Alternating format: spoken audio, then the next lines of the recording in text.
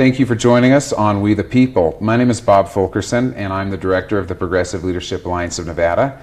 And our guest on this segment is Assemblywoman Jan Evans, representing Assembly District 30 in Sparks, Nevada. Welcome to the show, Jan. Thanks for inviting me, Bob. Well, we'll just plunge right on in. There was a recent headline in the Nevada Journal which stated that the state expects a $250 million budget surplus. How did this happen, and what does it mean for the next session of the legislature? Well, first of all, it's always better to have more money than less in terms of meeting all of the state's obligations. But I think we need to examine, first of all, the method that we're using for economic forecasting, and perhaps we are underestimating what these revenue sources will bring in. So there may be a problem in the econometric model. Secondly, I think we can all celebrate the fact that Nevada's had a very strong economy during this biennium.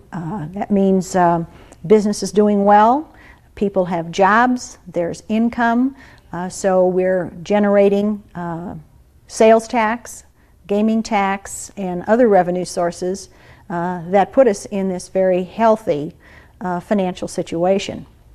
All right. Well, you know, it's Lester Thoreau, the head of the Massachusetts Institute of Technology's Economics Department, said that the state economies of the Intermountain West are so dependent upon a good national economy. Yes. And I think we've seen that to be true in Nevada, but it's really important, I think, to have people like you in there at the helm you're on the Ways and Means Committee. Yes. So you have a great deal to say about our state economy and what the taxes are going to be like and what the expenditures are. What have been some of the difficult decisions you've had to make as Ways and Means Committee person? Well, in years when we have a surplus, and as you'll recall, we had a nice surplus also during the 1995 legislature, you do a couple of things. Certainly you catch up in areas that have been underfunded. One of the things we have not done and we don't want to do is to start a lot of new government programs. And of course there's a temptation to do that, to say we have extra money, so let's do A, B, and C. The problem with that is we have economic cycles, and though things are very good, we have this healthy economy now, it can change. And as you pointed out, it's not just Nevada, it's the nation. And much of our income here, that is certainly in gaming tax, has to do with discretionary spending and visitors coming here. So if the national economy sinks, Nevada's going to go down too. So we have to be very cautious about what we do, not start new programs, fund things that are perhaps one-shot programs, some unmet needs and things like that, so that we're not into the mode of having to cut expenditures unnecessarily in a future year when the economy isn't so good. What are the key issues in the 97 session that you see? Some, Bob, will be ongoing issues. We always are struggling with workmen's compensation, questions on SIS. As you know, we have large unfunded liability in workmen's compensation, and so it's important for us to try to get that as solvent as possible. In a few years, we will allow for private insurers to come in. Certainly the issue of infrastructure in the state, Clark County especially, they're hoping to build a new pipeline out of Lake Mead, since they only have one water supply, and the price tag on that is $1.9 billion. Other infrastructure needs, very large, and those of us in the northern part of the state, we have infrastructure needs too, water, sewer, but especially streets, roads, highways, bridges, things like that.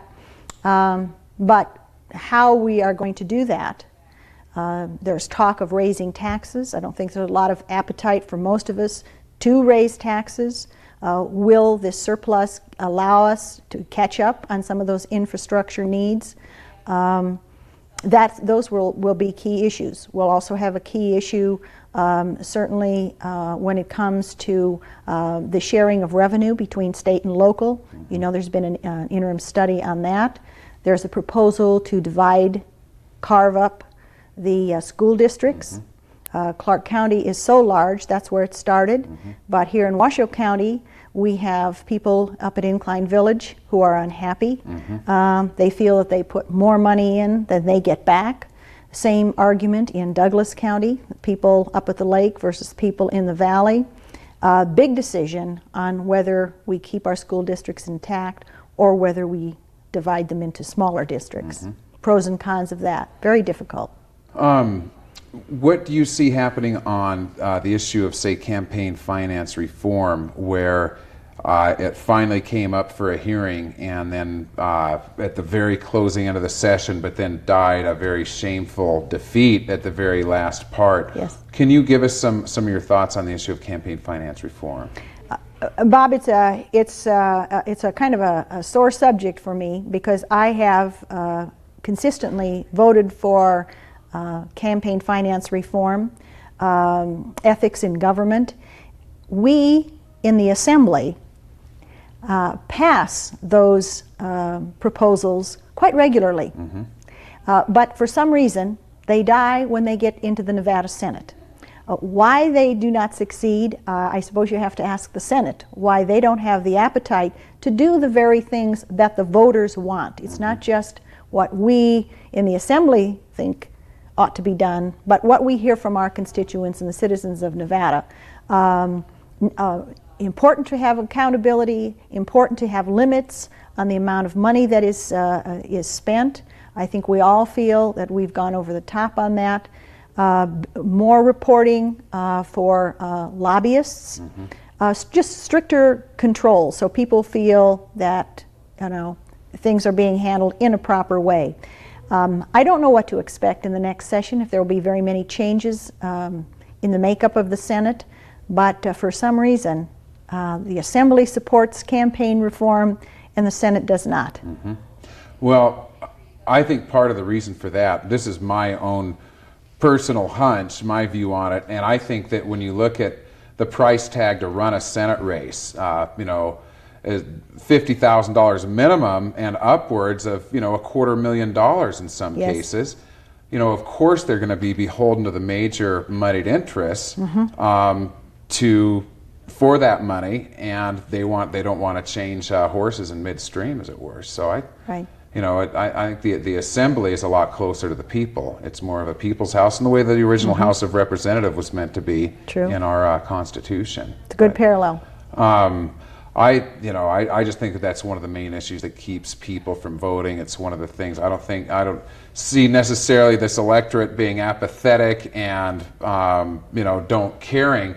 I see them as being a little upset at the way that the money has influenced our political system and that they can't make a difference. So and they want us to clean up our act. Yeah. And as I said, I'm very proud of the voting record of the Assembly. And whether it is driven, as you said, by the need for bigger war chests to conduct Senate campaigns, I'm sure that's part of it. On the national scene in the Congress, we have seen the devolution, this new word that's being passed around. I don't know if it's in the dictionary or not, but everybody else has used it, and it's been in the newspaper, so now we can use it. It's devolution, passing the buck, or giving greater power from the feds to the state. And I don't know of many people who think that in and of itself is a bad idea in terms of bringing power and decision making closer to the people. But when you're talking about things like food stamps, welfare, back in the 60s, states' rights meant racism, and it meant that certain states had the right to keep African Americans and people of color out of the universities and things. But today it means something altogether different. It's a long-winded introduction to ask you about the issue of block grants and welfare. What are the issues that the legislature is going to have to deal with regard to devolution of the welfare and other social programs?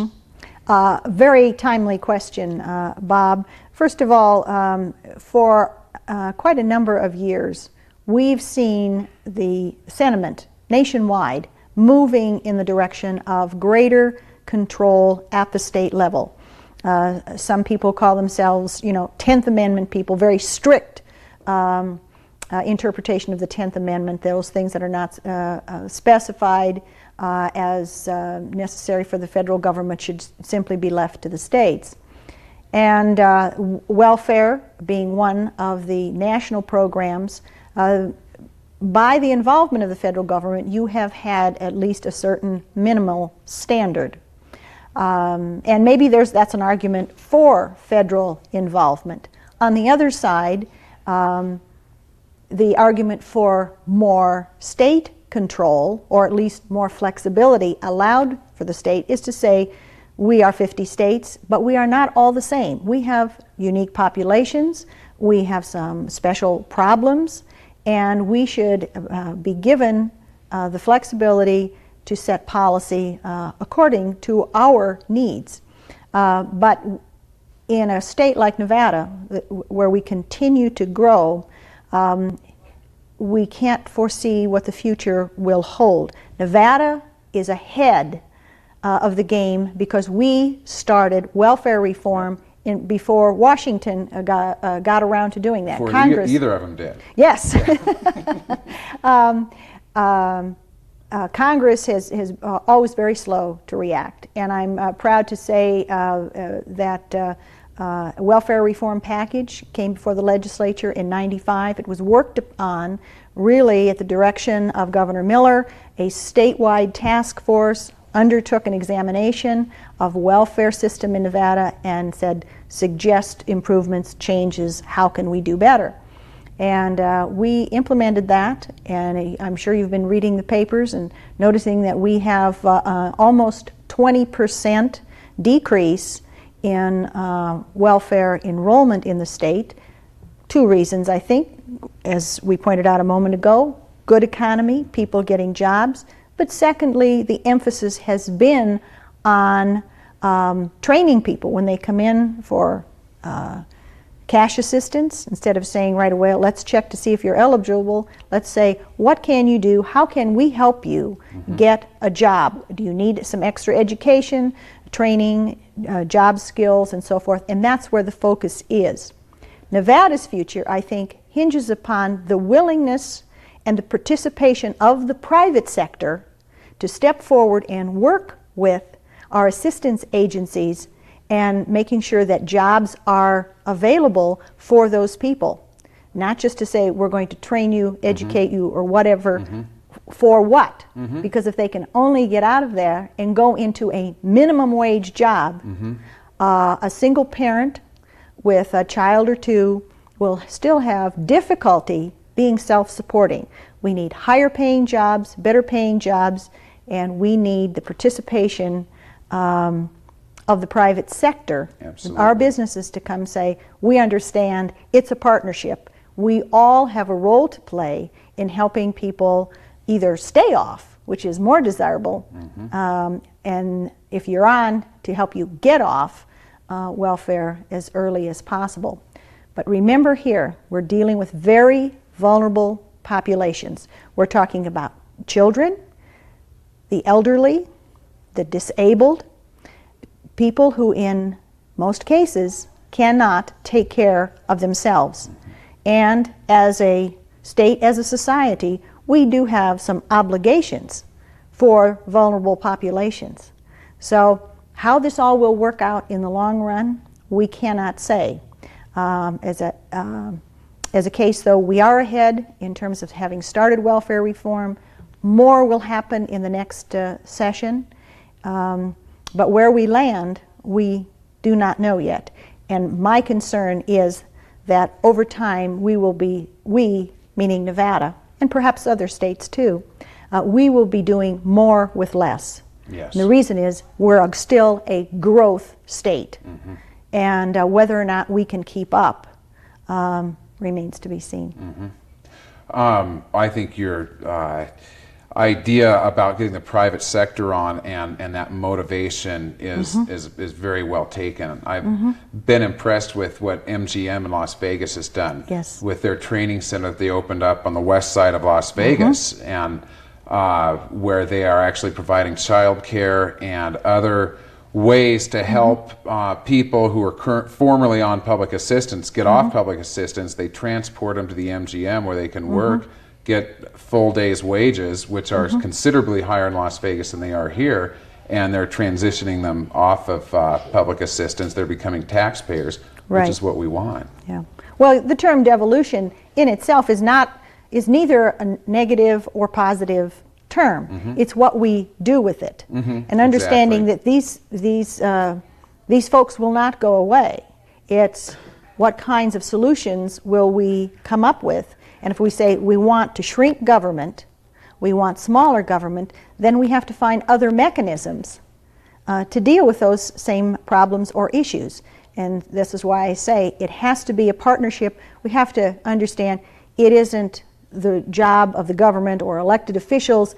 It's everybody's job as a citizen to participate in finding solutions, long-term solutions to these problems. And to the degree that people will do that, we will succeed. What are some of the other ideas or the other items that you have on your legislative agenda that you'd like to pursue in the next session?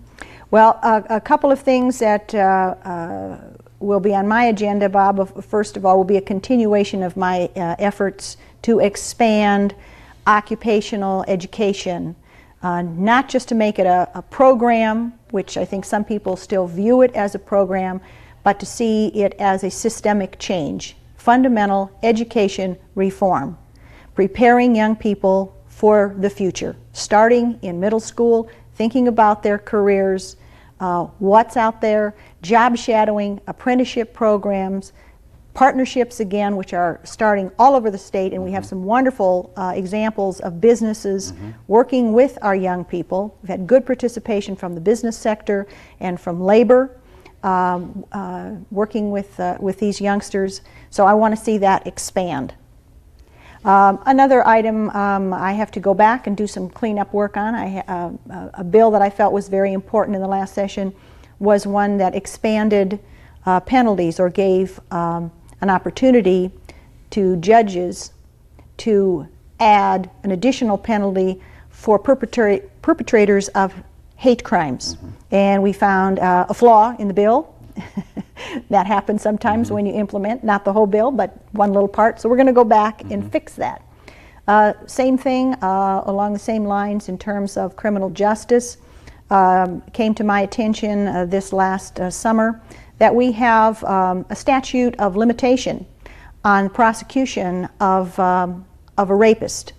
I don't see why there should be a statute of limitation on that. It's a heinous crime, and just because a day on the calendar changes, suddenly someone who is guilty can get off scot-free. I don't think that serves the victim. It doesn't mean justice. So we're going to fine-tune that and clean that up. But those are some of the things that I have for the 97 session. All right. Well, you have been a strong advocate for women and children in your career. What are some of the other ideas that you have on children's issues? Are you in favor of, is the governor going to introduce more class size reduction ideas that he followed in the last session? Are these centers and neighborhood schools going to be expanded or anything like that? Can you tell us a little bit about those issues? Bob, we'll start with education, and as you know, I am a former teacher, so my heart is always going to be in the classroom with the youngsters and teachers.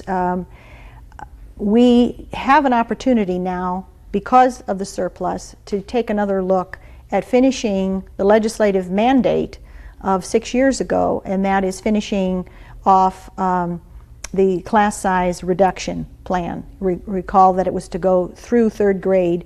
We've only had resources so far to go to certain at-risk schools in third grade. We have it for first and second, and kindergarten's in that mix as well. If we do that, ongoing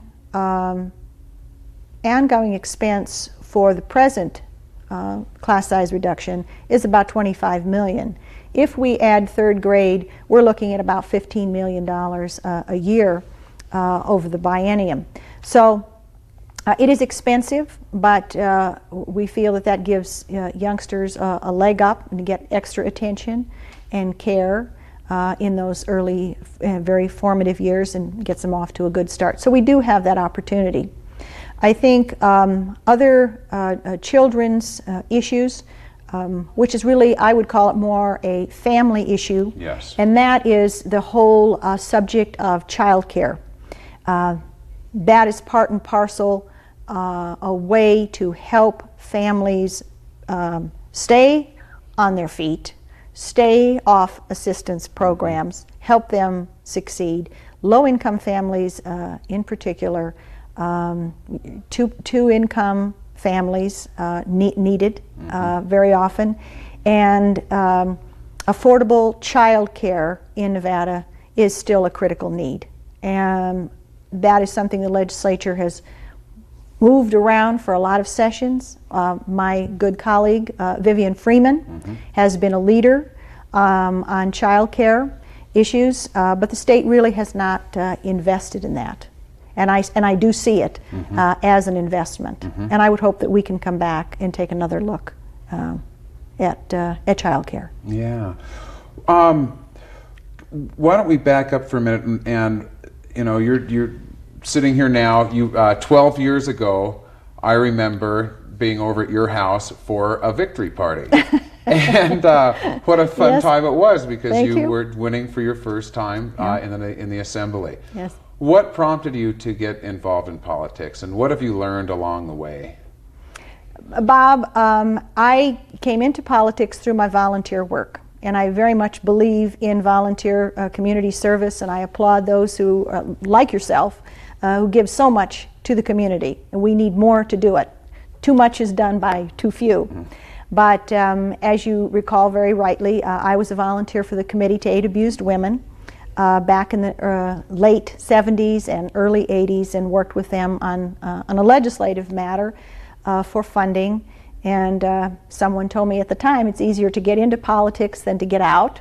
I doubted that at the time, but they turned out to be right, and I was wrong.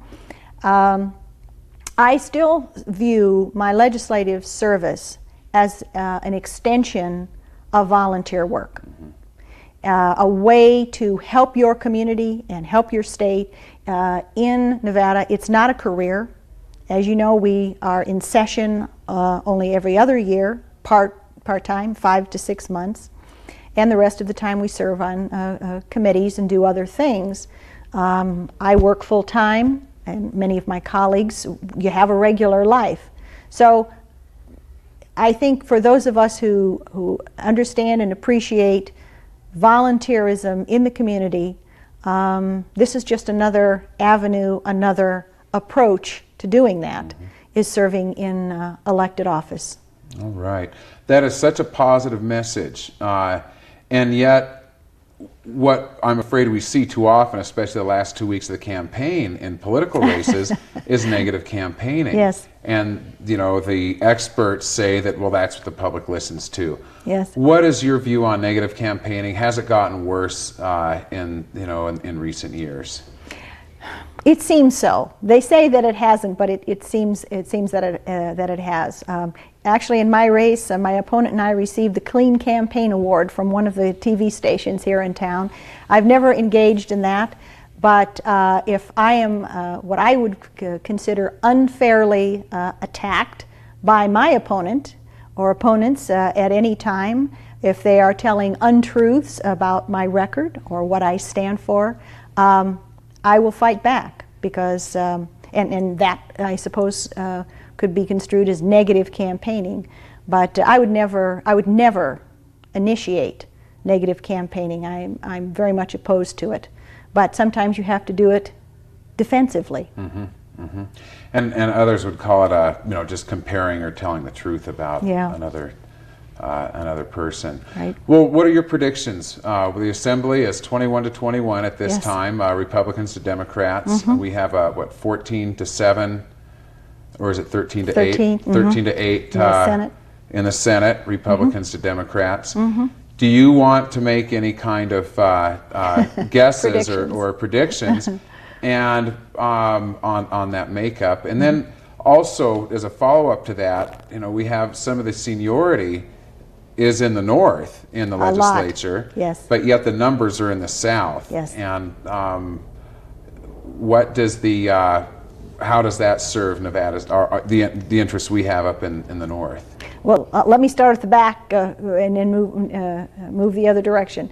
I think the seniority, having people in Washoe County, or in, I should say, even northern Nevada, who have longer years of experience, is the very thing that keeps the wheels of the legislature turning. Dire predictions about gridlock in the last session, but if you look at the leadership, with few exceptions, the leadership in the committees, the speakership, was all in northern Nevada. We know how to get the job done. Not to denigrate the new people, but they don't understand the process and it takes a longer time. So having experienced legislators means more clout for northern Nevada, and we're able to hold the line against greater numbers from the southern part of the state. And so you don't want this to become a north-south tug of war. Right. But as you know, it sometimes happens that way. And that's where experience pays off. In terms of numbers, I'm not a political pundit, so I don't know. I expect that the numbers may narrow a bit in the Senate. I don't know if the leadership would change over. I don't see that happening, but I see a seat or two there that might change, could be vulnerable. And I do expect, too, that the Democrats have a better than even chance of recapturing the Assembly. Okay. And then, just as a final question, what advice do you have for young people that are considering entering a life of politics, or not necessarily a life of politics, and not necessarily just for young people, but as you mentioned that politics is a form of community service, and now that term limits for the legislature for 12 years look to be a reality if it's passed in November, more and more people are going to have to take their chance or take their turn in serving. Right. Yes. What advice do you have for people who are considering, people like the producer of down here, Set Free, Kay Crawford, or Sonny Minadu, who's the producer of this program, both of whom I think would make fine candidates. What advice would you have for people like them? Well, if we have two types of people here. We have the very young, and anyone who is still in their late teens or early 20s, well, even beyond that. I shouldn't put a limit on it. But I think education is very important, Bob. I place the highest possible value on my years of